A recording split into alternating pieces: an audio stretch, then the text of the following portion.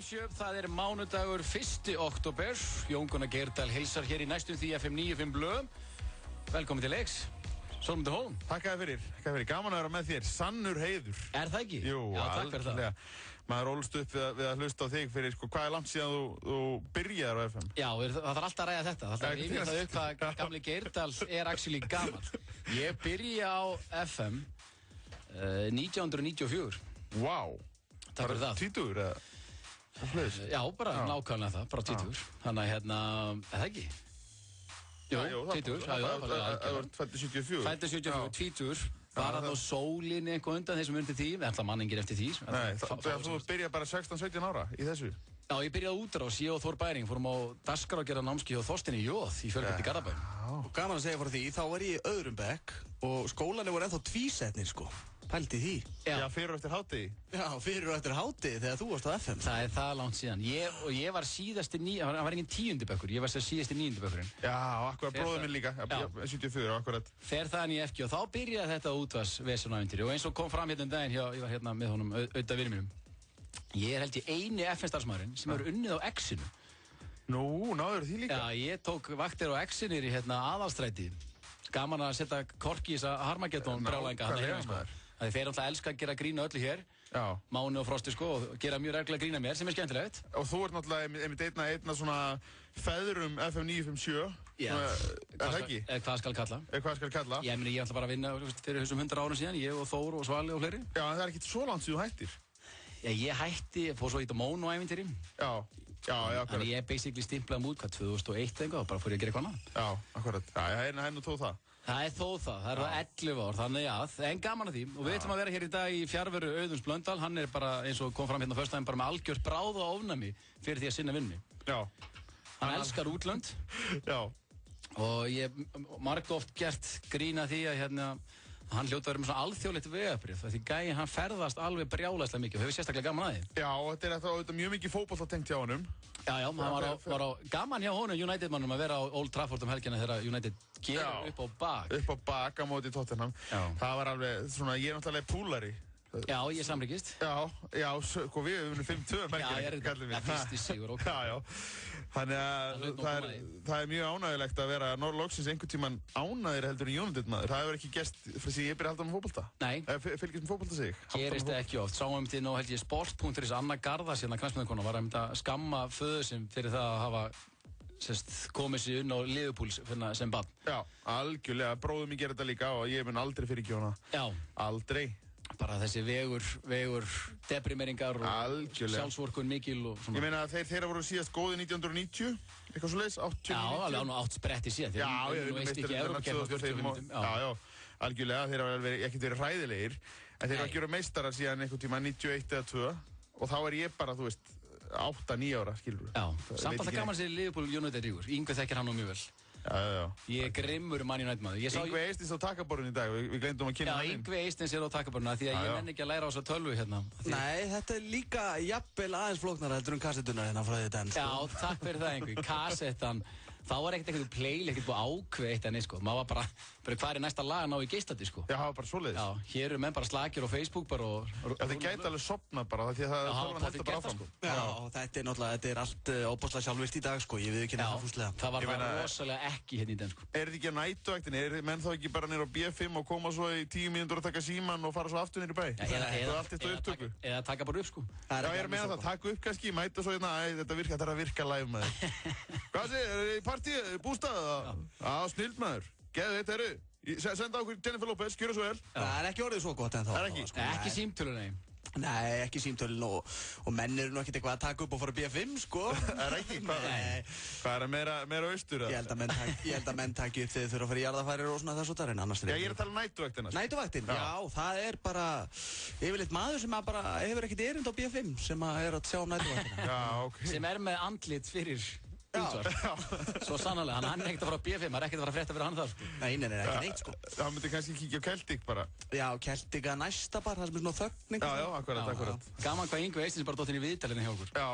En allavega 1. október, það er meistaramánuður sem byrjar í dag, við ætlum að fara hans yfir þá eftir. Já. Við ætlum á Friðrik Dór í heimsókn, hann reynda datt hérna inn í Magasín í morgun en okkur þykir hann svo skemmtilegur, hann alltaf komið nýja lagi sitt hingað. Já. Og ég ætla að halda áfram að reyna að selja lögin hans Herbert Guðmundssonar. Já, það skemmtilegt. Ég hlakka til að heyra það. Já, ég ætla að reyna að selja núna Eilíf ást. Já, sem nú lag til að selja. Heldur betur, maður. Ef þú getur ekki selt ástina, þá veit ég hvað þú getur ekki selt. Já, það svolítið. Svo ætlum við að fara yfir limastærð á íslensku karlmönnum, sem svo mesta í Evrópu. Það var skemmtilegt. Ánægilegt. Hljótum að geta rætt af við Friðrik Dór og fleiri. Og svo bara fullt af top tónlist á FM 957. Við verðum í dag í miklu stuði. Herbert Guðmunds, rættur það. Every day I'm shuffling.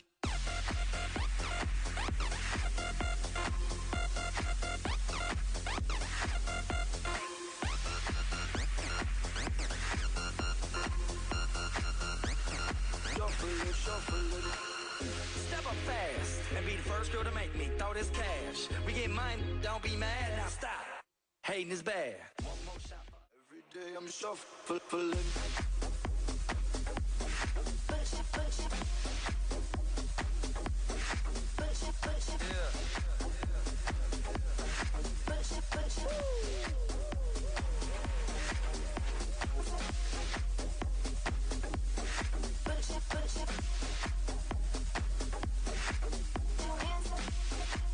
LMFAO FM 957 Party Rock Anthem. Hann var aðeins búið að spila þetta hér á stöðinni. Já. Þú ert diggur hlustandi en þá? Ég diggur hlustandi þá. Já, ég hlusta mikið á FM og hlusta bara mikið á útvarp svona yfir höfuð. Já, en hlustar á útvarp þegar þú ert ekki í bílnuðinum? Ég minna. Ég hlusta eiginlega aldrei útvarp þegar ég er ekki í bílnum. Ég hlusta bara í bílnum heila. En náttúrulega alltaf þegar ég er í bílnum. Ég er aldrei með diska í bílnum eða eitthvað svona. Nei, ekki heldur. Ég bara ekki nema börn mér vil hlusta á eitthvað sko. Já, akkurat. Þekkjum það. Jú, ég hlusta mikið á FM og svo bara flakka ég í rauninni. Ég er bara svona eldi í músík líka svolítið. Já, akkurat. En hlusta alltaf sjálfsögð á Auðun Blöndal. Annað væri mjög óðurlegt. Það væri mjög skrítið að þú verður að keyra milli 4 og 6 og hlusta okkur annað. Já, mjög skrítið. En hörðu, það var könnun held ég að lýsa í Fréttablaðinu morgun, á öllum vefmiðlum. Þar sem að stórasta land í heimi fæ svolítið nýja merkingu. Já. Íslendingar eru stærstir í Evrópu innan gæsalappa hér á mbl.is. Það segir að breskir karlmenn hafi stærri getnaðlim en franski karlar, ef marka má niðurstöður. En íslenski karlmenn hins vegar stærri en kynbrauðir í Bretlandi og Fraklandi. Já. Því samkvæmt rannsóknir getnaðarlimur þeirra svo stærst í Evrópu. Það ekkert smá statement, sko. Það mjög gott, af því að ef við þurfum að fara til Afríku til þess að finna eitthvað mikið starra eða ekki. Jú. Hvernig eins og Suður Ameríka? Við erum í 5. sæti á heimsvísu. 5. sæti? Já, Kólumbía, Ghana, Ekvador og Kongo. Þar eru menn vaxnir niður eins og ég veit ekki hvað. Hakan á mér bara í gólfinu við þetta sé eftir löndin. Þannig hérna gefur fram, ef rýndir í tölur yfir stærri karlmann í Evrópu, kemur hans fram að getnaðlimur karl í Bretlandi er að meðal 13,97 cm í fullri reist, notabenni. Já, það er helviti. 13,46 í Fraklandi og tæpir 15 í Svíþjóð, þannig að við erum að baka þetta. Já, algjörlega. Því að við erum 16,51, þannig að núna þurfum menn bara að fara heim, tómustokkur, málband. Algjörlega, maður hefur ekki gert þetta bara síðan maður var krakki, sko. Já, síðan maður var krakki að mæla dýrið. Já. Þá var maður að vinna með svona 7-8 cm, sko. Já, það er spurning, núna er það bara, slagar þetta í einhverjar áður og já. En hér er það að koma með þetta. Hér er það að koma með þetta sem er 16,51, þannig að menn geta að fara heim bara, eru á leiðinni heim og unni og bara hlaði það að fara að mæla dýrið. Já, maður getur einmitt líka svolítið svona hugsaðið mitt, maður hefur samanburðin. Maður veit hvað maður á að vera sáttu við. Já. Maður vill vera í meðaltali. Já, þú vilt vera aðni kringum 16 greinlega, sko. Já, í fullri reist. Vera að rúlla pluss mínus 0,5. Já. Einhvers staðar. Þá ertu sáttur. En menn er ekkert ósáttur kannski, þeir eru hátt yfir. Nei, maður er ekkert að pera svo mikið á því. Anskotin maður, ég á að vera í Kongó. Og hérna, karlar í Kongó er í fyrsta sæti. Já, þeir voru líka fyrstir í fyrra. Þeir eru búin að vera yfirbjóra menn í þessu. Og þeir halda sér vel milli ára sem sagt, fyrst þeir voru líka í efsta sæti. Já, algjörlega. Það er mikið stuð í Kongó. Síðasta sæti má finna karla í Norður- og Suður-Kóreu með 9,65. Þeir eru með tæplega helmingi minna dýr heldur en Kongó. Nú er ég hérna með iPhone í vassanum. Já, hvað er með iPhone-in? Hann er örugglega meira en 10 cm á lengd. Já. Þannig að það er lítið að frétta í Norður- og Suður-Kóreu. Ef íslenskar skvísur ætla að fara flakk heiminn, þá er minna að frétta í Kóreu. Þetta er alveg, þetta er svakalega lítið, maður. Já, hér er Sólmundur Hólm. Ég er að munda iPhone-in. Hann er að munda iPhone-in eins og, þetta er mjög skemmtilegt. Skemmtilegt út að setja líka. Já. En við, kannski... En svo er kannski gaman að spá í það, þegar við erum svona, hvað er það sem að gera þetta? Er það þetta harneskjulega líf á Íslandi sem að færa okkur til að vera bæði mikla kraftamenn og sterka og líka með, bara allir vöðvar eru stórir. Já, það svo sannarlega. Bara með kraftu af vöðva. Já, þannig að því að við erum hérna eyja í Ballarhafi einhverstaðar, sko. Já. Middle of nowhere, nánast, sko. Þetta er darwinismi. Þetta er darwinismi. Menn hafa þurft að vera hangnir til þess að komast að í Íslandi. Þannig að víkingurinn í okkur, hann nær víða. Já, algjörlega. Og þetta sýnir það að menn hafa ekkert bara verið að drepa hvort annan hérna í gamla daga. Þeir hafa verið að vinna með dýri líka. Já, menn hafa verið að keyrið í gang með vinna með bjúsverði. Eðlilega, man. Þannig að það er ekkert grín að koma hinga sem útlendingur og halda nema og sér kannski frá Kongó. Já, þetta hafa alltaf eins og þegar það er þessi markasetning fyrir nokkrum árum síðan, það sem hafa verið þetta Dirty Weekend og eitthvað. Já, það var frábært útspil. Já, akkurat. Frábært og vinsælt. Já. Og það var svona kvennamiða svolítið að auglýsa konurnar, en núna opnar þetta miklu meira og það mun engin kvart undan því, það mun engin kallmaður stíða fram, hvað er verið að segja við séum hérna með? Já, feminista mun ekki fara að staða þegar verið að auglýsa komdu til Íslands að því að kallið eru vaksnið niður. Við séum með einhverja Subway 12-tómur hérna undir okkur, það er alveg glatað. Já, hér er engin kóra, komdu til Íslands eða mann sem er vel vaksið niður. Það er nú alveg herrferðan, sko. Algjörlega. Við kannski bara förum með þetta bara í Express, Wow eða Icelandair. Algjörlega. Maður sér, það eru alls konar tækifæri þarna. Já, og kannski ekki að Herbert eigi lag við þetta líka. Kannski að Herbert eigi lag við þetta. En það kemur Herbert Guðmundsson hér í heimsóknu eftir og ætlum að selja lagið Eilíf ást. Og svo Frikki Dór hér eftir smá, en áfram bara með topp tónlist. FM 95 blöð á FM 95.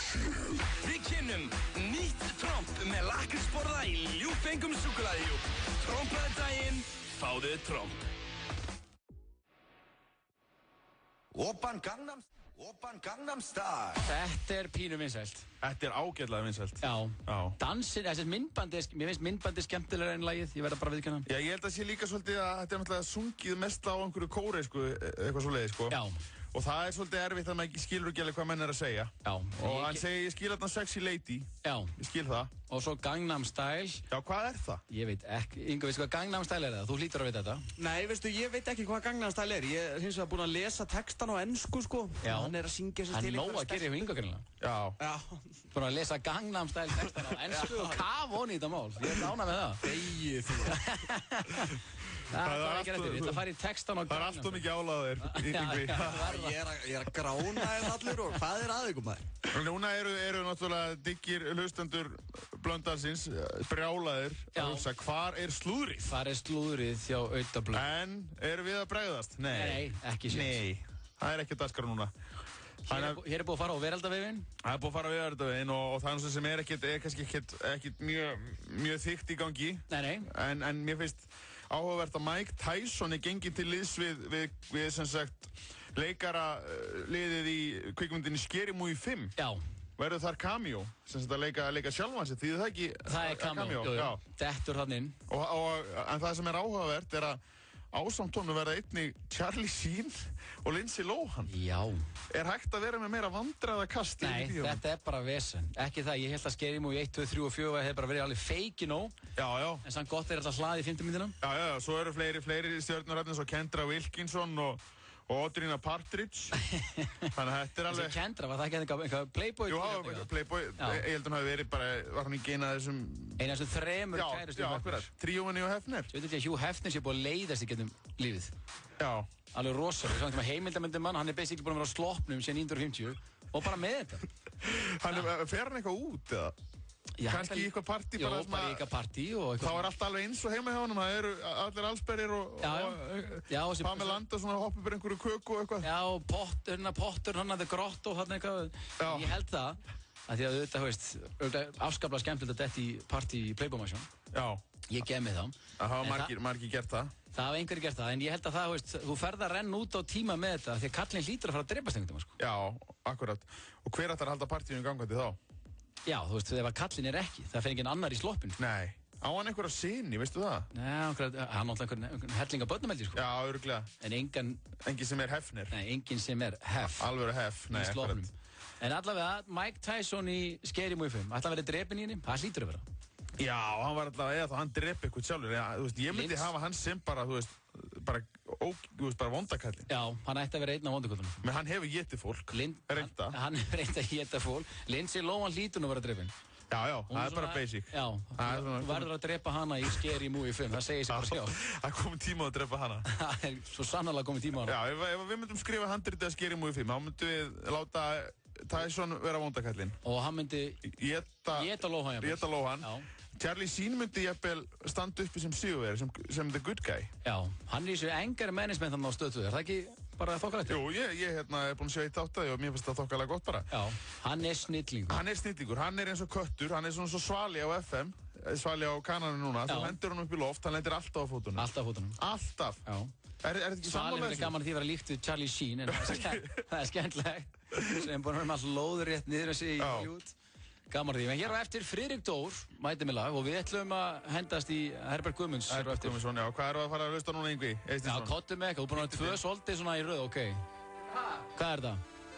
Já, þetta er tvöfaraskapur. Já, það var slögt á mikrofónum hjá mér sko, þetta er Linkin Park, Burn It Down. Já, ok.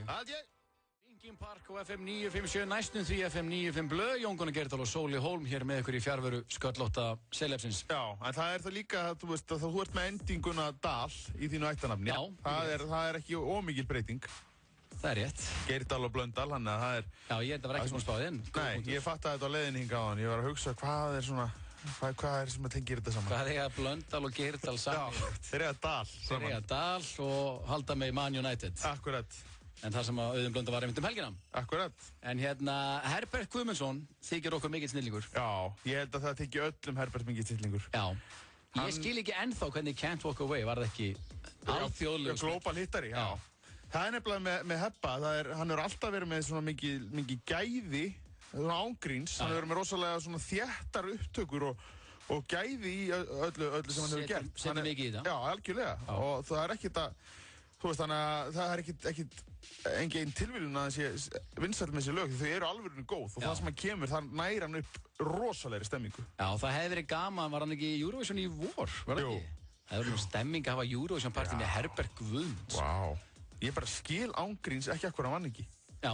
Ég skil það ekki, þó svo þetta var flott lag sem var, en bara, þú veist, Herbert, ég held að hann væri bara svona pakki sem að íslenska þjóðin gæti ekki neitað. Já, já. Ég sammála því. Það væri bara of veik fyrir einhvern veginn. Ég er enda svo einfaldið þegar kemur að Eurovision. Ég veit bara að sjá Pál Óskar fara, sko. Ég vil bara sjá okkar að 5 gæja selja bara flottustu lagahöfundarlandsins, semja onni hann, svo bara lægið valið með honum. Ég veist það skemmtileg pæling, sko. Akkurat. Minnir það hefur verið gert í Þýskalandi þegar hún vann aðna Satellite Daman. Já, hún hvað heitir hún? Ég maður ekki. Hún heitir Hún er Lena. Já, Yngvi Eysteins á sínum stað. Yngvi Eysteins. Þetta er katalókurinn. Kallið mig bara Wikipedia. Wikipedia hér á FM 957. Akkurat. Þannig já, ég held að Páll Óskar hann þurfa að fara þarna aftur. Það er annarkvæmt Palli eða Herbert ef við ætlum að vinna þetta. Já, talandi um fornafræði og FM í gamla daga. Herbert Guðmundsson og Can't Walk Away fór aftur inn á íslenska listan held ég 94. Já, það passar. Að því að undirritaður fann vínilinn, nota benni, og byrjaði að spila hann á kvöldin og FM 957 í Beitarblöndinu á þeim tíma. Já, var þetta ekki svona 96? Eða hvort það var seinna. Já, ég held að það var svona 96-7. Já, þarna á sutt Billy. Já, ég man eftir nefnilega. Þetta fór aftur, hann bjóði til Svíþjóð þegar þetta var. Já. Og það var einmitt... Það var svona comeback. Já, þetta var algjörð comeback. Hann var bara í ísnum í Svíþjóð. Já. Og svo var tekið viðtalið af manni og hann var, sko, ef ég myndi vita að það væri svona viðtal, þá væri búin að segja mér glásaðast við lögum. Þú veist, ég man eftir því að þetta hafa þarna verið til aðdáendahópar út um allt land. Já, þetta lag líka Can't Walk Away ræðislegt. En við hérna... Ef við að hringja? Já, ef við ekki að hringja. Jó, við ætlum að reyna að selja lagið Eilíf ást. Já, við ætlum að reyna að selja hennan ódauðlega smell hjá Herbert Guðmundsson. Sjáum hvernig hérna... Og ég ætla að biðja Yngvi að hringja í Kaffi ást á Akranesi. Kaffi ást, Högni. Herðu, Herbert Guðmundsson heiti ég, tónlistarmaður, með meiru. Já, blessaður. Herðu, hvernig gengur reksturinn? Þetta eru svona bara brekkur og bæði upp og niður. Nákvæmlega. Já. Ég er nefnilega með smá pælingu sem ég langar að viðra við þig. Já. Hefur eitthvað verið að auglýsa? Já, ég hef svona verið í þessu að auglýsa yfir á túrismann eða sem slíkt, sko. Já, ég er nefnilega með sko lagið sem væri fullkomið fyrir því útvarpsauglýsingu. Fullkomið. Ok. Það er hérna sem ég sendi inn í Eurovision síðasta vor. Ást, eilíf ást. Þetta er náttúrulega bara hanna fyrir Kaffi ást. Já. Það var ekki til að skoða þetta, ég get gefið þér lagið á góðum díl. Og hvað þýðir það? Það er eitthvað bara einhverjir kannski 300 skall. Já. Er það, ég veit, hvað ertu með mikið budget í þessu? Þetta sko, og útvarpsauglýsingar er og stór pakki fyrir mig, sko. Ertu ekkert að auðlýsa í útvarpið, eða? Ekki, nei. Ekki engin lítil stöð þarna hjá ykkur fyrir vestan? Nei, ekki. En ef ég myndi lækka það niður í 100 skall? Nei, ég held ég sé ekkert að fara yfir á þessa... 50? Nei. Gjafabréf. En þú sér þetta fyrir það ekki? Kaffi, það væri lagi, þetta þyrfti ekki vera náttúrulega kannski 10 sekundur. Ást, eilíf ást, kaffi ást, það sem ástin blómstrar. Þú sér þetta alveg fyrir það ekki? Jú. Herru, þú ert ekki til í þetta? Ekki í augnablikinu, nei. Herru, en hvað, það er ekki að fara að koma og spila þér eitthvað tímann? Það gæti nú alveg fara að gerast þegar aðeins vetrar meira. Þá getum maður að hjóla í ást. Ég er líka að gera geðveikt remix núna að Can't Walk Away. Ok. Það verður að vinna það fyrir mig, Örlöf Smári að vinna það fyrir mig, það er geðveikt. Það verður sko með Can't Walk Away, no. Svo þau eru beint yfir í fróðuna með Gera Sæm. Þannig að það er helviti flott. Ég er að koma frumflýta hjá þér í vetur. Heyru sögnum mín, hafa það gott, Guð bless þig. Já, sömuleiðis. Blessa þér. Já, hann var ekki til í þetta. Nei, hann var ekki til í þetta. Nei, en ég er að spá hvort við eigum að prófa annað. Ég hefði mest gaman að því. Hann fór úr 300 skall í 100 skall, 50 skall á gjafabréf. Það tók bara svona 30 sekúndur. Ég veit það. Hann er ekki nógu grimmur í samningamálum. Nei, hann var samt alveg með lagið. Og ég líka hérna, þú myndi að ræða þetta á hann, sko. Kaffi ást er glerharður staður, greinlega. Algjörlega. Þetta er einmitt, þú veist, menn eru kannski nýbúinir að skilja. Þá faraði bara detti í bjór og bolta og kaffi ást. Já, 5 í fötu og kaffi ást. Hljómar rosalega skemmtilega. Það er nú strákakvöld í kvöld. Nú förum við ástina. Já, förum við ástina á Akranesi og keyrum þetta í gang. Já, en hörðu, við ætlum að reyna annað. Já. Það er ekki fullrengt með þetta. Nei, ég til að, sko, ég er nefnilega að spá hvort þetta sé rétta próduktið. Þú veist, kaffihús, hvort að þetta lagaði kannski betur við hjálpatækja ástarísins. Það er hljómar skemmtilega. Já, það er held ég líka fullt af peningum í því, það er nóg peningum. Já, nóg kostar þetta, ekki að ég hafi hugmyndið það, ég er búinn að heyra það. Já, akkurat. Þannig að prófum bara Adam og Evu. Já. Yngvi með þetta klárt. Adam og Eva. Herbert Guðmundsson, tónlistarmaður hérna meginn. Já, flott. Segðu mér eitt, eru þið ekki búin að vera að auglýsa eitthvað? Nei, það held ég ekki. Ekki neitt? Bara, þú veist, ekki stundum FM, jú, náttúrulega með magasín þar. Já, en þið ekki með að vera einnig kistlu með þetta? Nei. Ég held nefnilega að ég sé með $1 milljón hugmynd fyrir ykkur. Ég er nefnilega, þekkjur lagið mitt, Eilíf ást? Nei. Ást, eilíf ást. Ég sendi þetta í Eurovision síðasta vor. Ok.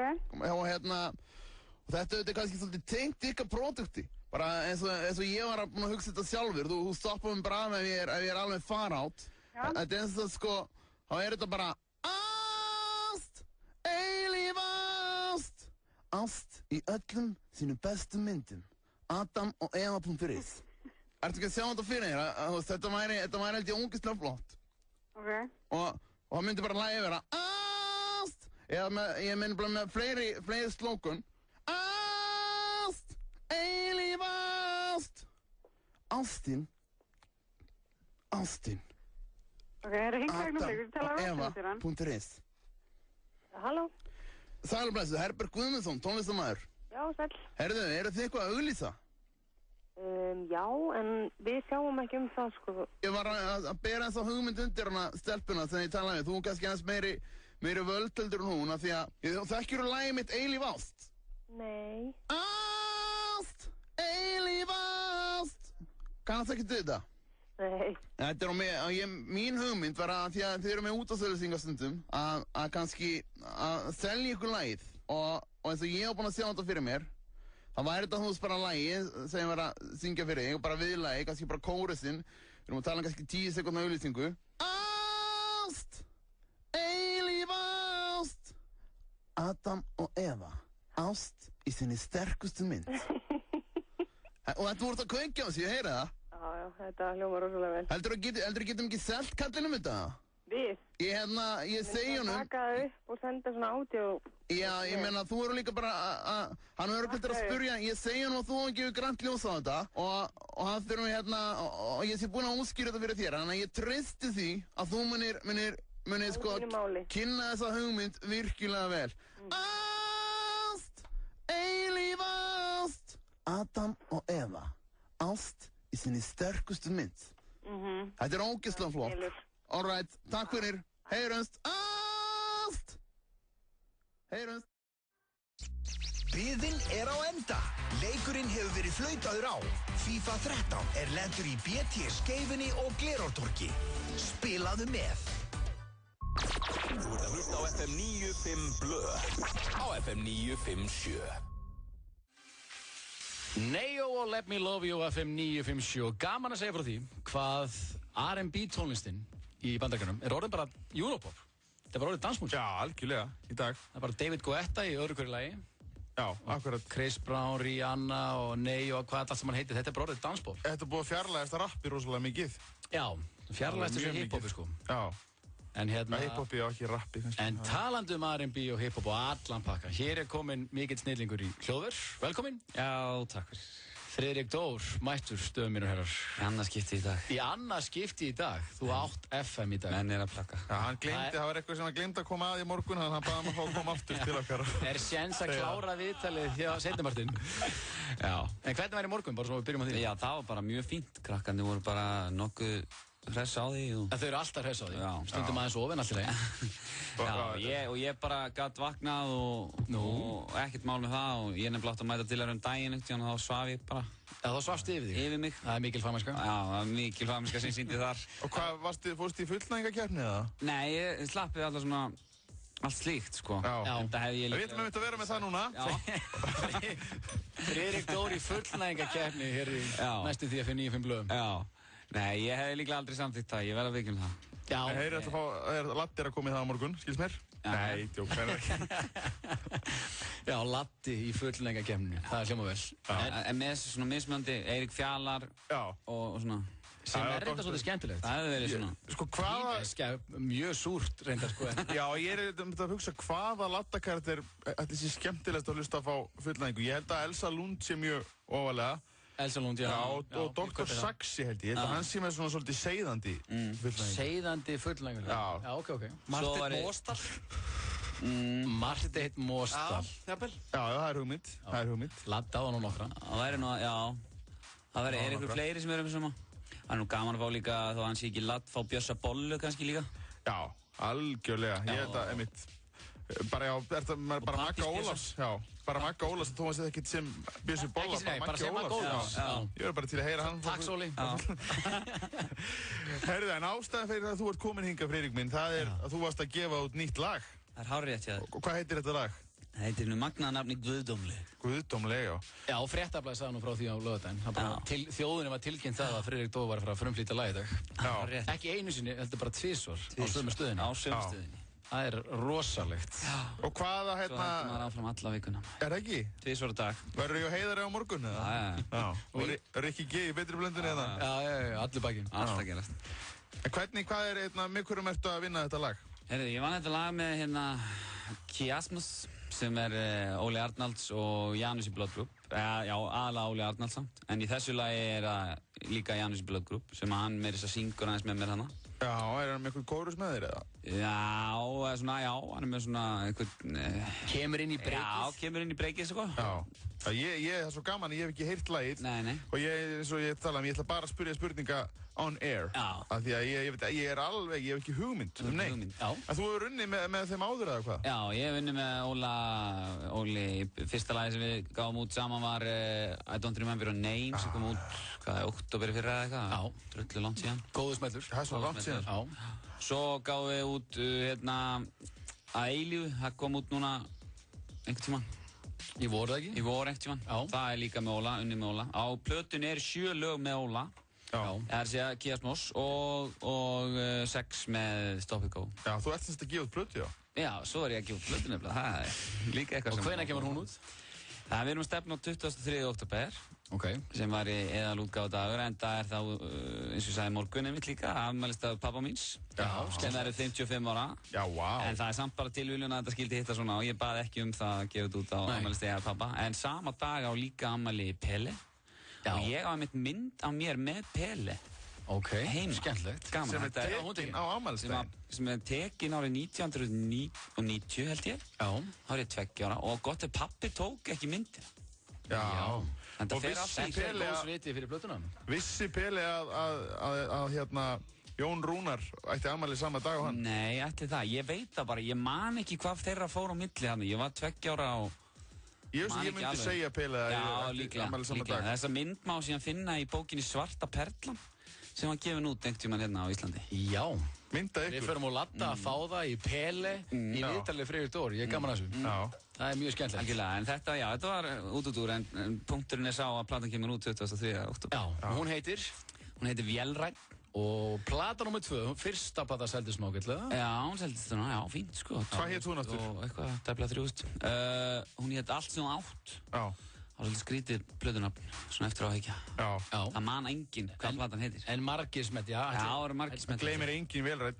Og þetta er svolítið... Þetta er líka, ég hef haft orðað einhvern veginn á því, þetta er svona skemmtilega 80s skotið nafn. Vélrænn? Finnst mér, já. Þetta er svona eitthvað svolítið eins og þegar Syndarnir voru að koma fyrst, þá sé ég alveg fyrir mér að Eiríkur Hauksson hafi hugsað sér að gera sóló með þessu nafni. Já, enda eins og kannski Jón Gunnar var að segja á hann að sko, þetta Eurodance, það er ekkert langt frá einhverju svona á köflum, einhverju svona 80s. Menn eru greint með þess að endurvinna náttúrulega 80s mellina núna á köflum, Jay-Z og einhverju fleiri. Svo er svona 80s feelingum hérna, Þórunn Antoníu stöfi sko, er svona pínu 80s skotið, disco-ish 80s. Já, og svo náttúrulega sko ekki bara 80s, heldur 90s líka, ég meina við erum að sjá Eminem með Hathaway sko. Já, nákvæmlega. Þannig að það er allt að gerast í þessu. Þetta fyrir hringi maður. Við verum farin að heyra Hard Day's Night frá einhverjum nýjum gæja eftir nokkur ár sko. Álíka lag. Og Hathaway. Á svo ekki eitthvað útgáfupartí, tónleika, einhvað? Jú, erum við ekki að gera það bara? Já, það hlýtur að vera. Ég er ekki búinn að bóka neitt eða gera neitt, en við hljótum að fara að henda, við gerum það, við búum til góða tónleika einhvers staðar hérna í miðbænum. Þú getur nú fengið Jón til að hjálpa þig við það, hann kann það. Hann ætti að geta hendi heitt partí. Hann ætti að geta hendi heitt partí. Hann hefur nú gert það einhvern tímann. En er ekki bara að hendast í guðdómlega eða? Jú. Þessu veit segjum lagi fyrir ekki, er þetta svona tóninn á plötunni eða? Þetta platan fyrir svo sem víðan völl sko, þetta er bara svona, þetta er svolítið... Er aðeins minni pungur í þessu versus Altani?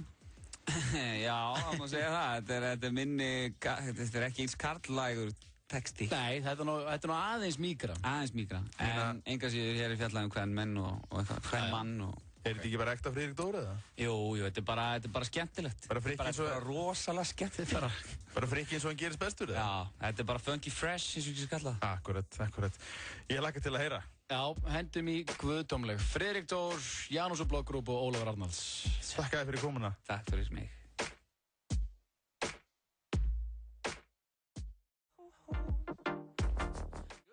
Ertu guðdómleg? Já. Syngur Friðrik Dór. Já, hann hefur talað um það að hún finnst gaman að blanda hérna djöflinum og guð í sömu setninguna. Hann hefur sérstaklega gaman þegar við glemdum að spyrja hann um það en hann var rættið þetta inn í morgun. Já. En virkilega gott lag. Þarna er Ólafur Arnalds að vinna með honum og Janus í Bloggrúp kemur að inn. Já, þetta er mjög flott. Þetta er svona, þetta er sko, með sax þarna inni og svona. Það er eitthvað næs og nýtt í þessu. Já. Þetta er flott hjá honum. Pínu svona sing-along og skemmtilegt. Já, algjörlega. Maður getur nú heldur betur vakka sér við þetta og tekið kórusinn með maður. Já. Nú hrættur það. Af plötunni Vélrænn sem kemur í verslanir í lok október. Já. Og það verður eitthvað potið eitthvað útgáfupartí og FM-ið og gefa mið og 5 í föt og allt. Já, algjörlega. Þú lænar þessu upp fyrir hann. Ég læni þessu upp fyrir hann. En hörðu, það er meistaramánuður í dag. Það er ekki nóg með að sé mánudagur. Já, hann er í dag og næstu 31 dag. Já. Ekki nóg með að sé mánudagur, 1. október. Þá er þessi meistaramánuðar pressa, ef pressu skal kalla á fólki. Hún byrjaði í dag, já. Hvernig er þetta?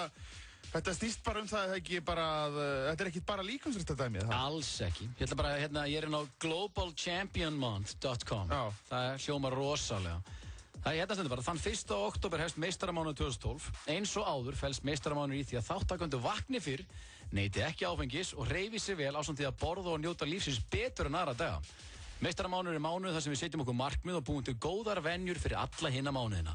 Eina þáttökuskilyrði er að fólk sé tilbúið að skora sjálft sig á hólm og leitist við að sigrast á raunum mánaðarins. Það er ekkert annað. Stendur yfir til 31. október og mun augra þáttakendum líkamlega og andla í átt í því að verða meistarar eigin lífs. Já, akkurat. Þetta er svakalega, sko. Já, þetta er einmitt svolítið gott konsept. Það er, segjum að sért kannski með slitið krossband eða eitthvað, megir ekki gera neitt. Já. Þá getur þú verið að hámarka þig á öðrum sviðum, sko. Já, þetta er ekki bara hendir og brettið steik. Nei. Þetta er það ekki, sko. Nei. Og hætt að tróða í frönskum. Nei, þetta er bara alls konar fara fyrr að sofa, vakna fyrr, einbeita sér betur, fókusir í vinnunni, vissulega hreyfing. Já, hún alltaf góð. Já, hætta að keyra sig í gang 3 kvöld í viku. Akkurat. Til dæmis. Vakna alltaf þunnur og eyða tími í það. Nú veit ég til þess að þú ert mikið hlaupari. Ég mæti sko til þess að hvetja í Reykjavík maraþonum. Kem niður á núna eftir að flutta að ferja niður á Nesveginn og klappa þar fyrir fólkinu og þar sá ég í 10 kilometrum að þú varst bara með fremstu mönnum. Reyndar ekki í ár, en ég er hlaupari. Já, þú ert framalega, þú ert í lang fremsta hollinu, sko. Ég get verið framalega, ég kynna það. Hvað besti tímiðin í 10? Ég á 38.54 í 10 kilometrum. Það að ég held brettið á 16 í 39 mínútur. Það er bara ekkert af því. Það er ekkert af því, sem skemmtilegt. En ég náði þeim tíma núnda hérna í fyrra sumar, það var skemmtilegt. Ok, en hvað varstu á 1,5 núna? Nei, alls ekki. Ég var á 43 eða eitthvað. Já, sem mjög góðu tími. Já, var búin að latur og eitthvað svona vesen, sko, svo ég afsækja mig nú aðeins. En ég var reyndar aðalega bara að safna fyrir gott málefni í sumar, sko, það var svona aðalega mitt. Já, varst meiri því? Ég var meiri því, það tókst vel og gaman. Þannig að eins og nú, meistaramánuðin byrjaður. Ég vaknaði morgun og maður svona vill fara að hreyfa sig meira og fara fyrr að sofa, vakna fyrr og einbeita sér aðeins betur á hlutunum. Þannig að það er einn liður í þessu. Þetta er ekki bara að hreyfa sig, þannig að fólk vil bara eyða meiri tíma með fjölskyldunni, eins og Frikki Dósæði náðan og fer að, hringja í ömmu sína, til dæmis. Akkurat. Á hverjum degi, sagðan? Eða eitthvað svo, ég myndi ekki nenna því. Þú nennir ekki að tala um ömminu á daglega? Nei, ekki hverjum degi. Ekki séns. Nei, ég held ekki, sko. Þó amma sé frábær, þá myndur við erum einhvern veginn uppiskroppa með umræðefni, held ég, á 4. og 5. degi, sko. Ef við erum að fara svolítið langt aftur í tíman. Ok. En nú meistaramánuður, dagur 1, Sólmundur Hólm. Hvað gerir Sólmundur Hólm á meistaramánuð? Herðu, ég vaknaði morgun, fekk mér havragraut og þú veist, lýsistöflur og eitthvað vítamín. Og svo fór ég aðeins að kenna. Og ég er búinn að vera til dæmis, ég er ekki búinn að borða óhollan matabita í dag. Þannig að, og svo er ég bara, þú veist, að reyna að búa til gott útvarp í fjarveru Auðuns Blöndal. Þetta er svo sannlega tímamót útvarp. Já, akkurat. Og þannig að ég er bara einbyttið mér að því að gera mín verkefni sem allra best. Já, svo vil ég líka endilega heyra í hlustendum 511-0957. Já, hvað ætlið þið að gera? Hvað ætlið þið að gera þennan meistaramánuð, október? Ég ætla bara svona hitt og þetta eitthvað. Ég veit ekki bara svona... Já, bara... En maður þarf að setja sér skýr markmið, annars þetta bara markmið. Það er algjör markmið. Ég held ég fái mér ekki bjór, þú veist. Já, það þarf að vera ég ætla ekki að drekka bjór. Það er ekki að drekka bjór, bara sleppa þessu. Það er ekki að detti í það og vera á hvolfi. En, hörðu, það komið hlustandur lína. FM, góðan dag. Já, góðan daginn. Herru, þessi pía er svo hress, hún hlýtur að vera, byrjuð í meistaramánuð. Herru, við erum bara að hringja, við erum bara hérna 2 að leiðin í ræktina, nýbúin að fara í bónus og kaupa okkur kaffi að Hámark. Nákvæmlega. Við erum 40 kíló með skólatösku í október. Ætlið að verða 40 kíló með skólatösku? Hældin. Ok, hvað eru þið þá þungar? Þá þurfum við að segja okkur hvað eru þungar núna, finnst þetta að vera 40 kíló 1. nóvember með skólatösku. Ekki það að 40 kíló sé mjög heitt tala til þess að vera í þyngdarflokk, en allt í lagi. Já, nú er ég íkja, sko. Já, ég vona það, guð mér almáttur. Þetta er ekki að fara ádraskaði í gang. Nei, ég ætla að bakka með þetta, við látum þetta svona. Já, og er það að byrja bara í dag, er það málið? Nei, við erum búin að vera bara rólegir og núna verður þetta tekið fyrir alvöru. Já, en hvað þýðir taka fyrir alvöru? Bara mæta hverjum degi og vera, allavega klukktíma og bara gera eitthvað. Já, hætti að reyna við gæjana bara, mæti ræktan og röfl og ráfa eins og okkur steik, sko. Já. Er það ekki? Sko. Og hvað með mataræð og svona og taka það eitthvað fyrir? Herri, það verða bara ekki rauðvín og ostar öll kvöld, það verður bara... Já, það er stemming hjá ykkur. Já. Ok, ekki rauðvín og ostar öll kvöld, keyra sér í gangi ræktinni, þannig að þið eru greinilega að byrja stöfum, sem er gott að heyra. Já. Þá segir ég bara gangi ykkur vel og hendist þið nú í ræktina og takk fyrir að ringja. Já, herðu. Kæra þakkir, bæ. Ekki þetta þakka. FM, góðan dag. Góðan daginn. Já. Jón Gunnar Geirdal. Já, það er maður ekki. Hvað segir þú gott? Er þú í meistaramánuð? Já, ég er að hugsa að gera það. Veistu, ég hringdi inn í síðustu viku. Nú? Og náði þá inn í fyrsta sinn til Auðuns Blöndal. Já. Ég heiti nefnilega Guðlaug og bý á Akureyri. Sæl Guðlaug, ég heiti Jón Gunnar. Já, ég veit allt það hvað þú heitir. Takk fyrir það. Já, þú ert ættaður á norðan. Og ég veit að fjölskyldan bjó á Siglufirði lengi vel. Það er rétt, pínu grípin, alltaf, jú. Þú ert bróður, sonur hans Sigurður heitir Geirdal. Já. Og ég ætla að segja það að dóttir mín, Kottu með það? passaði hann. Hún passaði hann? Já. Sigurð heitinn frænda minn Geirdal? Já, hún passaði hann. Þannig að ég þekki þeir svo engan mjög vel og þú varst frábær útvarpsmaður sem ég hlustaði því öll þín ára á FM. Já, takk fyrir það kærlega. Það er gott að eiga aðdándur að núti. Ég heiti nefnilega Guðlaug. Já. En það sem ekki allir vita er að barnabörnin mín, veistu hvað þau kalla mig? Nei, kottu með það? Amma Gulla. Amma Gulla. Og segðu mér eitt, Amma Gulla, talandi hérna barnabörn þín og annars góð, nú er meistaramánuður, barnabörnin þín væntanlega að taka þátt í honum. Hvað gerir Amma Gulla í meistaramánuð? Ég segi, drekki minni bjór. Drekkur minni bjór? Minni bjór sennilega og svo mun ég hlusta á FM 957 allan niðurlangan daginn. Allan daginn? Ertu þá mikið að drekka bjór? Eru bara ömmur landsins bara í því, eða? Já, það er, ég er svona, ekkert neitt of, en maður fær sér, maður sýkpar í sig, eins og unga fólki segir í dag. Þú Mér finnst mér dásamlegt að hlusta á eitthvað frábært að Yngvi sé hérna með ykkur, því að Yngvi er frábær útvarpsmaður og það sem að mér finnst svo gaman að sem að hann gerir, hann setur svona takt undir þegar að tala. Já, hann hefur gaman að því. Það er alveg frábært. Mér finnst það dásamlegt. Og ég hafði þetta áhyggjur af því ég vissi að Auðun Blöndal myndi ekki vera í dag. Já. En hann greinilega kann að velja fólki til að taka við að sér. Já, takk fyrir það kærlega. Við reynum okkar besta, ég og Hans Olmundur. Þetta er æðislegt hjá ykkur. Já, takk fyrir það, Amma Gulla. Og ég gæti hreinlega að fara að gráta. Já, þú þarf þess nú ekki, sko. Nei, bara gleði því að svo ánægð og veistu, hann Björn Bragi, ég auðvitað, hafi verið ennþá betur og hann hefði getið verið með ykkur en hann er auðvitað fullið með kynnsjóarsátt. Já, já. Mér finnst alveg dásalegt það sem hann er að gera þar og mér finnst svo fallegt og sýning og hann er góður drengur. Já, hann er líka með andlit fyrir sjónvarp, sko. Hann er með andliti og hann er líka með hjarta því hann leiði henni greiðinu og honum Nilla alltaf að vera með sér. Já, hann vorkinni minnum áttar. Það er fallegt. Það er svo gaman þegar svona fólki er left að vera í sjónvarpi. Sýna því þetta fólk, það getur svo miklu meira heldur en fólk heldur. Já, Nilli þá. Ég er bara svona krakkar, svona fólk, það getur svo miklu meira. Það er búið miklu, núna í dag er þessu fólki left að vera á vinnumarka og það finnst mér svo æðislegt. Já, ég er hjartanlega. Björn Bragi, hann er öðlingur og gullamanni, hann er fallega gert á honum. Hann er dásamlegur. Hann er það svo sannarlega. En veistu, núna er ég svo ánægð því að dóttir mér kom með takkasíma, þannig að ég get hringt inn til ykkar. Já. Og ég vil núna gera það oftar, en ég ætlum ekki að trufla ykkur meira. Já, allt í lagi, gulla mín. Því að núna þarf ég, og ég veit þér er búin að spila Gangnam Style handa mér í dag. Já, það kom á þann. Það er Fyrirtór frábært. Já, viltu heyra eitthvað annað? Þið byrjaði að spila nýja lagi með Charlies? Nei, en það hlýtur að fara dett inn á FM. Já, ég ætla rétt að vona því, það er æðislegt. Það er æðislegt og myndbandið ennþá betra. Já, það er það. En þakka þér fyrir Jón Gunnar Geirdal fyrir að vera þú og haltu áfram að vera þú. Já, ég geri það svo sannarlega, Gulla mín. Takk fyrir að hringja og hlusta. Takk fyrir. Herðu, þetta var Amma Gulla.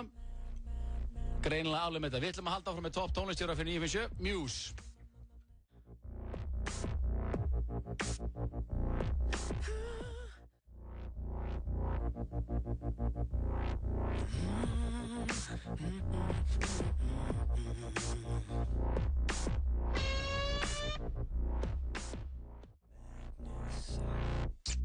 Biðin er á enda. Leikurinn hefur verið flautaður á. FIFA 13 er lendur í BT Skeifunni og Glerártorgi. Spilaðu með. Eitt besta úrval fæðubótarefna á frábæru verði. Höfum opnað nýja verslun í Holtagörðum og erum líka í Glæsibæ. Sportlíf.is. Fæðubótarefni á betra verði. FM 95 á FM 95. Við kynnum. Þú verður nú að kynna þetta, Sólmundur. Já, Shaggarinn. Já. Þetta er bara gammalt standard úr prógraminu og kallinum. Já, hrikalega. Þetta var nefnilega karaoke, ég var að syngja sko. Þetta varst þú. Þetta var upptaka með Sóla Hólm, Shaggy og Angel. En hörðu, eru við með hann á línni það? Steindi. Sæll vinur, hvað segir þau? Sæll vinur, við erum hrikalega góður en þú. Ég er góður. Segðu hæfi Sóla. Blessaði Sóli. Sæll vinur. Hvað er að frétta af Steinda? Segðu okkur eitthvað skemmtilegt. Hvað segirðu? Atriðið sem þú leggst í hjá mig var klippt út úr þættinum. Já, er það? Var það gróft eða? Það var eitt sko, já. Já, mig grunaði það. Er einhvað of gróft í Steinda? Þetta var grófast atrið. Þegar 9 ára strákur grændar jólasveinin sem sólileg. Áts. Ég hef einmitt hérna, ég nú rætt að við Steindu sko. Börnin mín hafa sérstaklega gaman að þér. Ég bý bara eftir að barnavendanenn berji niður hurðuna hjá mér á 5. kvöldum. Þegar börnin eru að syngja með sér lögum alveg, ég fæ bara í magan stundum sko. Já, ég á son sem 5 ára. Sem er með öll þessi lög á hreinu. Og ég passaði mig samt að lofa honum ekki því að pappans myndi koma í Steindanum að því að mér svona gruna þetta lag rétt atriðir klippt út. Ég hafði það á tilfinningunni og ég get ekki sagt að ég sé mér pirraður yfir í Steindi. Nei, alls ekki. Þetta var svakalega gróft, sko. Já, þetta var aðeins svo mikið. Það slapp einn í gegn, sko. Þetta var svona 3 sketsar þarna, Perrabarn 1, 2 og 3, sko. Já, Perrabarn 1, 2 og 3. Maður velti í stundu fyrir sig hvað gerist í höfðunni á Steinda, sko. Hann og Bent bara einhvers staðar í einhvern sófa að hugsa þessa... Já, ég mér skilst nú að þriðji bítillinn, hann sé vestur, Magnús Leifsson. Er það ekki rétt hjá mér? Hann er mest í sorinn. Já, og sko, þú veist, það alveg glansar á honum heilbrigðin svona út af því, sko. Ég veit það. Er hann alveg gjörsanlega farin í hönd. En er svo ónýttur til höfðisins þegar kemur að hugmyndafundum með það? Já, ég sé það. Sem er skemmtilegt. En hörru, þú ert nú búinn að vera hérna flakka einhvað heiminn, sá ég á fésinu áðan. Já. Hvað er þetta búinn að vera? Herru, við fórum hérna, við erum búinn að vera í Danmörku og London og Spáni. Já, leiðilegt að vera þú. Hvað ertu búinn að gera þarna? Við vorum að taka upp hérna tónlistavídeó sem var núna í síðasta þætti. Já. Skítaskerið? Skítaskerið, já. Ok. Þannig að við þurftum að ná 20 sekundum í hverju landi. Já. Þannig að þú varst bara jet setting London, Köpen, Alicante? Já, eða það. Og þetta var, þú veist, og allan tíman vorum við að skjóta og ég veit ekki hvernig ég veit ekki alveg... Þetta er svo mikið sem gerist á hverjum stað, þannig að þið verður ekki geta notið þess að vera þarna. Já, nei, og líka í, þú veist, eins og í London, þá náttúrulega bara, þú veist, það tekur svo mikið tíma að fara á milli. Já, tekur það fyrir eilíð. Þú veist, að fara bara til að ná einhverju 3 sekúndur, lappa frá, þú veist, benna upp á höll og, þú veist, fyrir einhverja 1 sekúndu, þetta er svona, þetta er djöfisins þrauk, sko. En hugmyndin að þessu lagi, það þekki allir þessa típu. Já. Er það ekki þetta? Jú, Gauri sem kemur heim og þú veist, hann hitti Íslandinga á strikinu maður og það var bara í meiri sögu þegar að koma allt inn á Íslandingur maður og sagði eitthvað fyndið. Þessi rugg! Alveg flippa. Þetta er svona, já, en þú veist, og líka bullandi kaldan í þessu svona, þú veist, í Danmörk er 12 stiga hitinn og Íslandi er bara 10 stiga kuldi, þú veist. Já. Muna 2 gráðum. Já, nákvæmlega. Það er allt betra úti. Þetta er nefnilega til 2 típur sem að elska útland svona mikið. Það er þessi sem að er bara að vinna fyrir utanlandsferðin alltaf. Já. Svo er líka hitliði sem að er búið að búa kannski í Danmörku eða, yfirleitt Danmörku og er svona að tala sko djöfis í stöðnun er á Íslandi með þér. Já. Alltaf líka þeir sem að búið í New York og svona. Já. Svona, maður kemur bara... Já, þú veist, það finnst mér vera nefnilega alveg furðulegustu típuna sem koma sko sem fara út og prófa búingstæðar, fara kannski í nám í 1 ár eitthvað svona. Já. Og koma svo heim og bara, ertu bara hérna inn á þessu kaffu? Bara ennþá? Þetta er dullulegt. Ég meina, þú vilt bara vera hér og svona, ég meina, ég gerir það. Ég meina, það er bara flott. Það er bara þú. Það er bara frábært fyrir þig. Já. Ennþá á þeim stað. Þetta er einmitt liðið sem maður hitti sko daginn áður en að fer og það er svona, vá, maður, ég kíkti á kaffibarinn og það er bara sama lið og var þarna þegar ég var hérna síðast, sko. Já. Og svo er náttúrulega enda betra þegar fólk er komið með reyminn líka. Þú veist, það er orðið erlendis bara. Já, það fór og fekk sér, þú veist, alveg hellinga M&M's og Skittles og einhvers þar í taxi og þú veist, það er búið að vera alveg í 3 mánuð út í Bandaríkjunum. Já, búið að korter erlendis, kemur heim bara. En það er einmitt, reymurinn er cool kannski pínu ef þú ert með Bandaríkin, en ef þú ert kannski búin að vera í Noregi ógeðslega lengi, þá er það er ósað fínt að kíkjandi á mig aðeins og hitta fólki, það var frábært. Þá ert það alveg hræðilegur. Já, það er alveg skemmt. Norski hreimurinn vondin. Hörðu, Marja Valdimars stendur hérna. Flugfreyja hjá WOW Air tók vel á mótunum. Hvað þýðir það? Hver er Marja Valdimars? Hörðu, Marja Valdimars, það er bara flugfreyjan. Já, ok. Sem leikur miðbættinu? Já, við fengum leyfi náttúrulega að við þurftum að skjóta inn í flugvél. Já, ok. Og það var ekkert, sko, og það er ekkert þetta að fara bara með einhverja leikonu þangað. Við fengum leyfi bara til að við þurftum að skjóta þetta á leiðinni út, sko. Já, skilði, ok. Þannig að, þú veist, við þurftum svona að feikja þetta svolítið. Vélinn var í loftinu þegar ég var alltaf að koma inn í hana og eitthvað svona og þurftum að fá fólki sem satt fremst bara til þess að hjálpa okkur og leika svona með okkur og vera ekkert að horfa í vél og svona. Og fenguðu bara Maríu Valdimars ykkur að flugfreyjuskvísu með í lið? Já, eiginlega. Yndislegt maður. Skítasker. Og eiginlega sem leiki í þessu vídeo bara eitthvað fólk sem var bara á ströndinni á barnum í London eða eitthvað svona sko. Já. Já, en það var ekki klippt út. Nei. Nei. Eins og það fekk ekki sömu örlög og ég, nei. Sólinn og begin að vera Ég veit það, ég veit það. Það er þannig. Þetta hefði verið minn banabiti í gríni. Já, sást ekki skettin í þeim þætti þegar Hannes Óli og Kjartan Guðjóns og þeir voru að svæfa og segja sögu fyrir svefnin. Já, mjög fallegt. Svo að krakkin kom í ljós að krakkin var pervert. Já, hann vildi fá stöffið, sko. Já, það voru 2 í viðbót í þættinu sem voru ritskoðar. Það var annars þegar þessi krakki var búinn þegar hann var búinn að lauma sér inn í einhvern van, þegar einhverju múrarar áttu og voru að vinna. Og svo komu þeir og voru svona eftir vinnudaginn og var hann svona komin inn í vanin og þeir alveg, hann látti ekki svona, við erum giftir og þótt að við séum á van hérna, það þýðir ekki að við séum perrar og hann var búinn að koma sér inn í betóan. Og svo hins vegar þegar Sóli var jólasveinninn í Smáralind og með krakka í fanginu þegar hann kemur til hans terravanni. Já, þetta er pínu disturbing, sko. Já, þetta er ógeðslegt. Þetta er bara í höfðun á þér, Steindi. Ég hef pínu áhyggjur. Þetta er Magnús. Ég held að Steindi, hann bara svona missis í þessu, sko, og svo bara er hann einhver í mikil og djúp meðferð einhvers þar, þar sem hann er að vinna í sínu málum. Mér finnst bara alls ekki. Mér finnst bara, sko, barnavínskrið, fyrir utan það, sko, hvað það er, sko, náttúrulega langfyndasta gríni, þá er skemmtilegt tvist að taka og breyta þessu, sko. Já, ég er nú einmitt. Ég myndi að segja, ég var ekki að leika neitt nýðing, ég var bara saklaus jólasveit, sko. Já. Það er nú málið. Saklaus jólasveit í stuði. Nei, ég sagði ekki neitt. Var það ekki saklaus? Jú, þú var saklaus bara. Já, eins saklaus og jólasveit í steindastuði getur verið, sko. Já, akkurat. En hörru, við ætlum að hlusta hans á skítasker og okkur langar bara að heyra yfirvinnur og forvitnast það hvar þú ert búinn að vera undanfarnar vikur að flakka heiminn. Hvað eru margir þættir eftir núna að þessari? Það eru 2 þættir eftir og við erum einmitt bara ennþá við erum búin að vera að skjóta bara í 7 mánuði, sko. Við erum ennþá að taka upp, sko. Við erum að taka upp fyrir bæði þátti núna á 5. og eigum svo eftir að taka upp tónlistarvídeó fyrir lokaþáttin. Og er að lokaþátturinn einhver sprengja eða?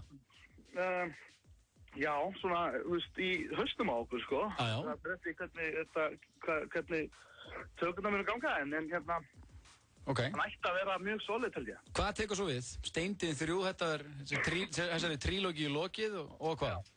Herru, svo er það bara alltaf ég að taka bara smá frí. Ég ætla bara að gera ekki neitt í svona mánuð allavega. Ég væri til að sjá Steinda Christmas Special, svona eins og Office.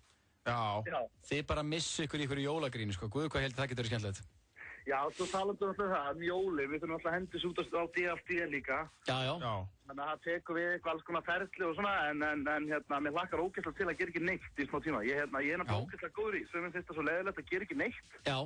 Ég get alveg vakna og... Ég hef heyrt af þér, Auðun Blöndal talaði um það að ferðast með þér sé rosalegt, því að þú ert í rauninu, þú kemist á pall á Ólympíuleikunum, ég ger ekki neitt. Já, það er svolítið eins og að ferðast bara með John Canty, sko. Já. Planes Trains bara. Já, í akkurat og talandi það var nú hræðilegt að ferðast með honum líka. Hann getur ekki sagt mikið, hann alltaf gengur ekki í nærbuxum og hann er með hellinga göllum, sko, sem menn veit ekki á. Gengur Auðun Blöndal ekki í nærbuxum hann? Hann er örugglega mjög sáttið að búið sér skjóta því í lofti. Hann er kommando allan daginn og ég haf með honum í draumnum í 2 vikur. Já, það er pínu sérstakt. Vera að bera neðan með Steinda á flakki, kommando. Auðun Blöndal hlýtur að geta farið yfir þetta í vikunni þegar hann kemur aftur. Einhvern tíma þegar hann kemur aftur. En hann er ekkert reynt að lauma sér upp í tíðin? Nei, ég skil náttúrulega bara ekki hvernig, sko, af hverju hann er ennþá með vinnu þarna niður frá. Er hann einhvern tíma í þessu þætti? Ég man ekki eftir því, sko. En ég vona hann hlýtur að mæta þetta morgun, sko. Það hlýtur að vera maður. Hann var að posta ykkur mynda sér, hann hitti Manchester United-liði á flugvöllunum og var að posta mynda sér með Rúni og öllum, hann hefur greinilega bara verið að frík út þar, sko. Hvernig fer hann til dæmis á þessu? Hvernig þegar þú fer til Manchester, þegar við förum til, kíkjum okkur leik einhvers staðar. Já. Við erum ekkert að fara að chilla með Wayne Rooney eftir leikin. Nei. Hann er svo... Hvernig koma sér við þetta? Já, ég veit ekki maður, það er bara... Sko, ég held að hann sagðist að hafa síða á flugvellinum, en þetta hefur ekki gerst óvart. Þeir fá ekki að hann lítur þá að vera með einhvern sér passa inn á eitthvað svæði sem hann hefur komist inn á. Þú hittir ekkert Wayne Rooney bara í röðinni. Nei, hann er ekkert bara í taxfríinu að kaupa tyggjó og sígarettur. Nei, hei Rooney, taka mynd posta, sko. Nei, þetta er ekki þannig. Við blackjack-borðið kvöldin áður, sko. Þetta tengist eitthvað spilafíknin hans, sko. Eða annarkvæmt spilafíknin eða áfengisíkinni. Eða kommando. Já. Sitt lítið að hvorum. Þetta er eitthvað sem tengist fíkninni, það er ljóst. Hörru Steindi, takk fyrir spjallið. Við ætlum að henda okkur í smá skítasker. Segjum það. Alright. Bye. Herra, þú gerir eitthvað næsta helgi? Ég ætla kannski að kíkja í leikhús. Á Íslandi. Ég er að fara á Vível Rockjusönglingin í London. Ok. Fyrir utan að maður reykist bara á Wayne Rooney eða eitthvað. Það býr hellingur að fræða fólki þetta, sko. Já, ok. Barþjóðnir á ensku ströndinu eru snillingar. Sérstaklega Fernando, hann talar íslensku. Hljóðum alltaf kaffi þetta, maður. Er ekki bara fínt veður? Kannski með við Ísland, en það er ekki raskat að gera þetta. Æ, come on, verð ekki svo mikil fáviti. Ekkert Legoland. Ertu ekki bara svona fúll, því að eina sem hún gerir á Íslandi er að vinna reyn fyrir næstu utanlandsferð. Steindi og skítasker. Já, þetta er ótrúlega skemmtilegt. Eins og öll þessu lög hjá honum alltaf. Já, það eru mjög skemmtilegt. Já. Hann var sérst að flakka London, Alicante og Köpen og taka myndbandi þetta, mjög ræðilt. Já, alveg glatað. Ömulegt. Ömuleg vinna. Glatað. En við erum komin með góðan gest í hljóðverð, Ásgeir Ólafsson, velkominn. Takk fyrir. Takk ykkur fyrir. Já. Gaman að vera, ég er hérna með 4 útvarpsmönnum. Já. Hér eru... Er það ekki? Jú. Eða 3 útvarpsmönnum. Ég taldi mig sem útvarpsmann, sko. Já, þú ert nú orðinn útvarpsmaður. Já, ég er það. Ég vinn í útvarpi. Þú vinnur í útvarpi. En Ásgeir Ólafsson, það er ástæða fyrir að þú ert hér í húsi. Já. Þú mátt segja ástæðuna. Já, ég segi ástæðuna. Ásgeir var að gefa út skemmtilega bók sem að Sól er að fletta hérna. Já, sem heitir Létta leiðin. Já, hljómar rosalega vel. Hljómar rosalega vel og þetta er létt leiðin til að betri, bara til hollari lífshátta. Einföld leið til hollari lífshátta og léttari líkama á 6 vikum. Já. Hvað segirðu? Hvað erum við að tala um? Er þetta djúsva-prógram eða hvað er í gangi? Já, þetta er ennið meira en okkur. Nei, þetta er nefnilega ekki ennið meira en okkur. Þetta er akkurat öfugt við það. Þetta er pínuð til ádela og kúra og svona skamtímalausnir og öfgar og svo leiðis sem hefur verið að tröllir í okkur síðan svona 2002-2003 myndi ég segja. Já. Og það er akkurat þá sem þjóðin fór að þyngjast akkurat þegar meirinn og kúrinu komi. Og þetta er pínleiti verið svolítið að vaða á þá og negla á niður og reyna að fá fólk svona til þess að taka þetta í sínar eigin hendur og vekja fólk til vitundar að þeir kunna þetta sjálfur. Fólk kann þetta og veit hvað á að gera en þetta er pínleiti svona stilling. Það er að stilla líka manna aðeins af. Þetta er bókin snýst það og þetta er svona skref fyrir skref leið. Tekur 1 skref í einu, þú fær 1 verkefni á hverjum einasta degi sem átt að leysa í 6 vikur og eftir þessar 6 vikur ertu orðinn fullfæri að sjá þau sjálfur fyrir utan þú ert að sjá alveg fáralegan árangur að þér. Og þetta er bara venjulegur matur, það er engin fæðubót, það er ekki dís og það er ekki verið að segja þú mátt ekki. Þú átt ekki að fara út fyrir lífstíliðin, sko, ef þú lifir svona þokkalega heilbrigður lífstíl. Það er að segja ef til dæmis það er pizza hér á föstudögum, þá skaldu halda því inni. Ef þú ert að vera að hitta strákana á 50 dögum aðra hverja viku, þá gerur það. Ef þú langar í bjór í hádeginu og hittir félaginn sem þú ekki hitt lengi, þá færðu þau bjór í hádeginu, skilur. Og stelpurnar hittast í saumó eða whatever og það er bara að fara all in í það, en það passa sig allt í kring. Þetta kennir skipulag, þetta kennir þú veist, hvernig þú eigir að ná tökum á þessu eins og fólk vill í rauninni hafa þetta. Og þetta á nú sérstaklega vel við núna í meistaramánuðinum. Já, þess vegna langar við að fá Ásgeir, sko, fyrst í meistaramánuð. Og hann er með þessa bók sem heitir Létta leiðin. Og þetta hljómar, létta leiðin hljómar vel, því að fullt af fólki, því þetta er ekki svona hendir á brettið, hlauptu 10 kilometra, vikta, klípa, mæla, eitthvað sko. Nei, palli og læti. Já, sem að margir runni hræðast og nenni ekki í ræktin, það finnst eitthvað svona svolítið pínu yfirþyrmandi og eitthvað ógveikjandi við það sko. En létta leiðin er kannski eitthvað sem fólk myndi nenn að fara í. Fyrir utan það, að þú veist, ef þú ert kannski ekki búin að hreyfa í 3 ár, og það segir eitthvað, nú verður þú bara að fara á bretti kallum og það er engin orka, það er engin upptaka í líkanum þú hefur enga orku til að fara á brettið. Þú veist, þú varst að byggja upp orku til þess að mynda þessa umframorku til þess að nota á brettinu og til þessi bókina, koma á stað, þú veist, alls ekki byrja í ræktinni eða gera eitthvað. Taktu bara bókina og slaka það eins á, myndaðu orku, stiltu líkamann af, farið svo í ræktinni þegar þú ákveður að gera það. En þetta er sko létta leiðin, því að sko mín reynsla á vaxtaræktinni. Já, eins og sést. Já, þar hafa menn ég vil tala um sko, there is no easy way. Nei. En það en sko...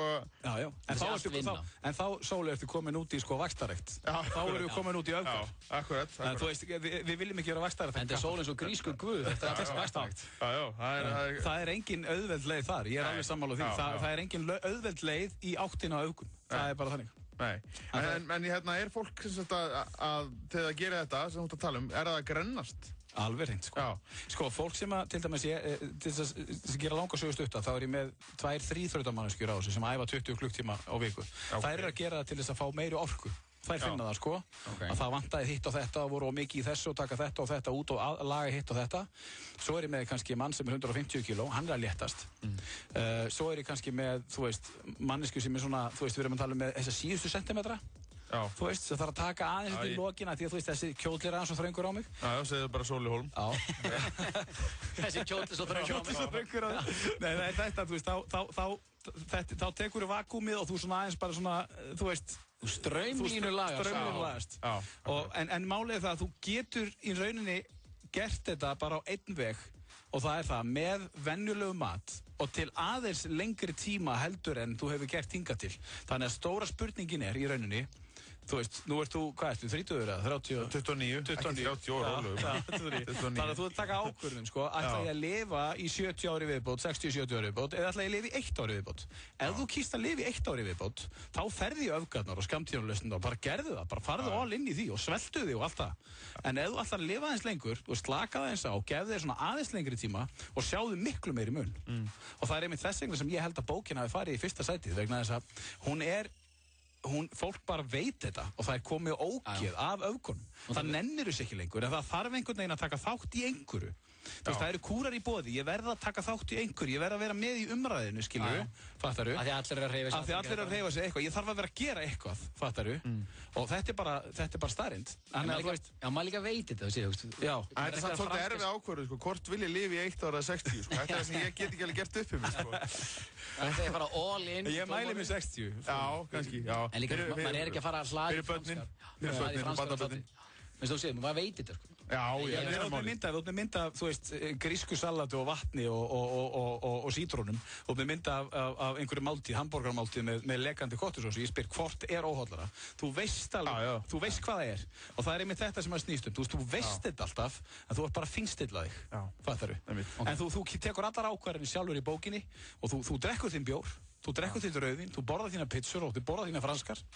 Þú veist, en þú gerir það einhvern veginn og ég meina árangurinn er komin inn á Facebook síðuna mína á fólki sem sendir mig vikulega alltaf og það er að ná alveg fáralega góðum árangri, þú veist, finnst þeim sko. Mér veist ekkert fáralega góður árangur af því að þú veist, kerfið, bókinni byggði upp á þessu 6 vikna kerfi og þú veist, það er hver einasti dagur, hann er stúderaður sko í marga daga, þú veist, ég tók mig 3 ára að skrifa þessa bók sko. Þannig að þetta er hugarfar, þetta er bara, ég er að ráða svolítið inn á hausina, bara stilla það. En hvernig ferð þú, ert þú engaþjálfari? Já, ég er búin að vera í 22 ára engaþjálfari, 23, þannig að þú veist, og svo ég byggja á þeirri reynslu og svo þessari hlustun sem ég hef alltaf fengið, allir hafa komið hinn og þessi vandamál sko og þá bara ok, en flest allir eru með sömu markmið, flest allir eru með sömu vandamál, flest allir vilja létta sig. En þú veist, það er fyrsta, þú veist, viltu létta þig, svo spyr ég fólk á, ok, hvað ertu þungur? Ég er 84, hvað viltu vera? Ég vil vera svona 74, ok, hvað þú fengir að vera 84 kíló, en þú væri kannski bara svona 10% fita og myndir missa alla sentimetrana, væri til að vera 84 kíló eins og ert í dag, já, þá er ekki markmið að létta sig. Þetta snýst ekki um það, við erum alltaf að horfa á tölunar, ég þarf að létta mig, þetta snýst ekki um það, horfið frekar á sentimetrana, notaðu gamla buxur, notaðu gamla bóli. Akkurat, þetta er það sem við þekkjum líka úr vaxtaræktinni, það er hámar yfirvilt að reyna að hækka viktina, sko. Ég væri til að sjá þig í góðu vaxtarækta sessionu, þú og Egill Einarsson væri bara dedda saman. Sko, þú ættir að sjá mig dedda, ég nefnilega með, sko, Egill hefur haft það orðið að það séu fáir með jafn fallega tækni í liftingum og ég. Já, ég held sveimi þegar ég held ég að heyrt þetta. Já, en ég er sko með, kannski þyngdirnar er kannski ekki það mestu, en rosalega vöndu tækni. Já, og þú lítur vel út í líkansræktinni. While working out, þá já, algjörlega.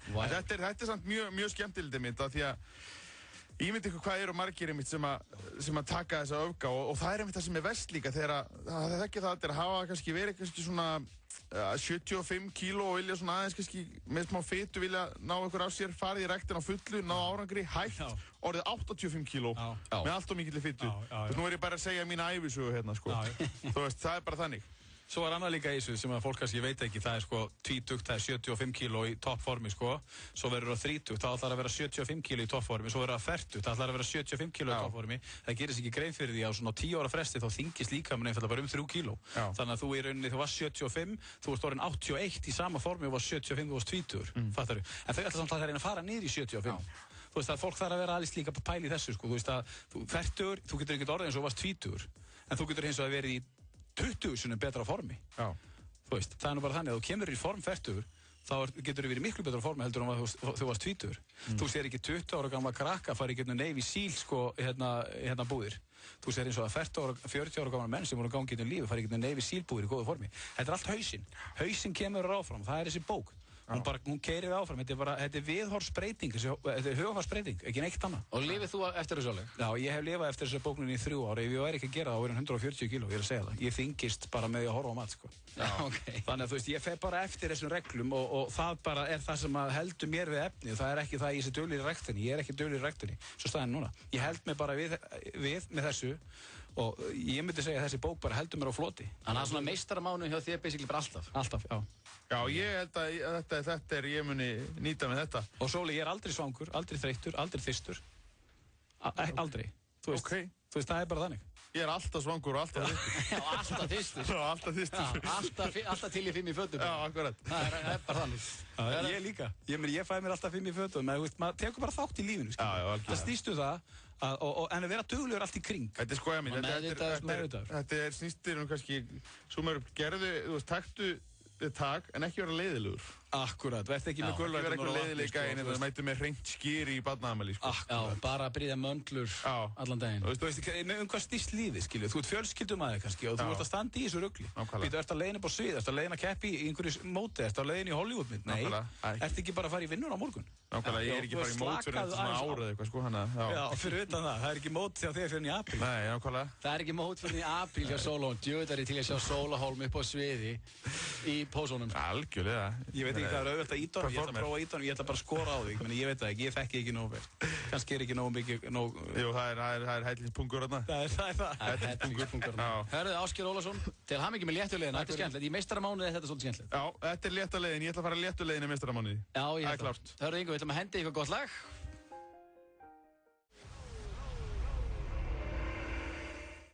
Can you feel the love á FM 957, næstum því FM 95 blöð, við vonum að Auðun Blöndal nenn að mæti í vinn á morgun. Já, þetta er næstum því 95 blöð út af því að þið eru bæðum með dal í lókum. Það er eina, sko. Við komumst að því áðan. Já, það er engin sköllóttur í stúdíónu. Engin sköllóttur. Engin spilafíkill. Engin spilafíkill. 2 United menn vissulega. Já, 2 United. Og gaman að segja frá því og Auðun Blöndal á pottet eftir að tala um það einhver morgun. Hann sem hitti greinlega United-lið á flugvöllinu. Já. Honum er ekki leiðist það, hitta bara RVP og Rooney og alla gæna, sko. Hugsa sér, þetta er bara strákur frá Söðakróki með þess, svo er hann bara farin að vera þarna. Já, sveita strákurinn. Ég man þegar Sverrir Bergman var að rauli mér á sín tíma, sko. Vinur minn hérna, hann er ógeðslega fyndinn, er ekki hægt að koma honum eitthvað að. Já. Þá var það sköllótt í skellurinn, sko. Já, nákvæmlega, sköllótt. Sem er skemmtilegt. En ég heiti Jón Gunnar Gerdal og við erum búin að vera hérna í stuði í dag, ég og Sóli Hólm. Já, mjög gaman. Gaman að vera með þig, Jón. Og Yngvi. Já, takk sömuleiðis. Við erum búin að vera í meistaramánuð, Frikka Dór og ég veit ekki. Heppi Guðmunds búin að ringin. Herbert Guðmunds. Já, hann ringdi. Hann ringdi inn að sjálfsögðu. Já. Og hérna, hann við erum búin að vera í fíling. Auðun Blöndal mætir á væntanlega morgun. Við ætlum að enda samt í smá gleði og gríni, sko. Smá hérna þú ætlar að setja pressu á mig. Já, smá pressa á Sólahólm. Hann þarf að taka hressu kveðjuna. Ég tók hérna hressu kynninguna í síðustu vikum og gerði upp á bak. Átti að vera ógeðslega hress í 60 sekundur, 30 sekundur setna var ég bara hættur. Já, hættur, já. En sem betur við var Ólaður Darri á undan mér og hann var skelfilegur. Hann var verri, það kostaði eftir, já. Já, hann var verri sem var gott. En Sóli Hólm ætlar að enda næstum því FM 95 blöð í dag. Ég þakka bara fyrir mig. Já, held ég, við erum búin að vera hérna með ykkur frá klukkan 4 í dag og búin að vera mjög þéttur þáttur, þú veist ég sjálfur frá. En við ætlum að fara að kveðja núna, vonandi eru þið bara á leiðinni heim. Ekki kannski mikið umferð að teppa, allt að gerast. Ég heyri ykkur aftur hérna á mánudaginn. Takk fyrir í dag, Sóli Hólm. Biðin er á enda. Leikurinn hefur verið flautaður á. FIFA 13 er lentur í BT Skeifunni og Glerártorgi. Spilaðu með. Clean & Clear, ein mest selda húðlínan í Bandaríkjunum. Hreinsilínan sem losar þig við bólur og fílapenn. gott með októbertilboðum í 10.11. Malaco gott og blandað á 199 krónur. Sinalco á 99 krónur. Kongasúkkulaði á 99 krónur. Duett súkkulaði á 89 krónur. 10.11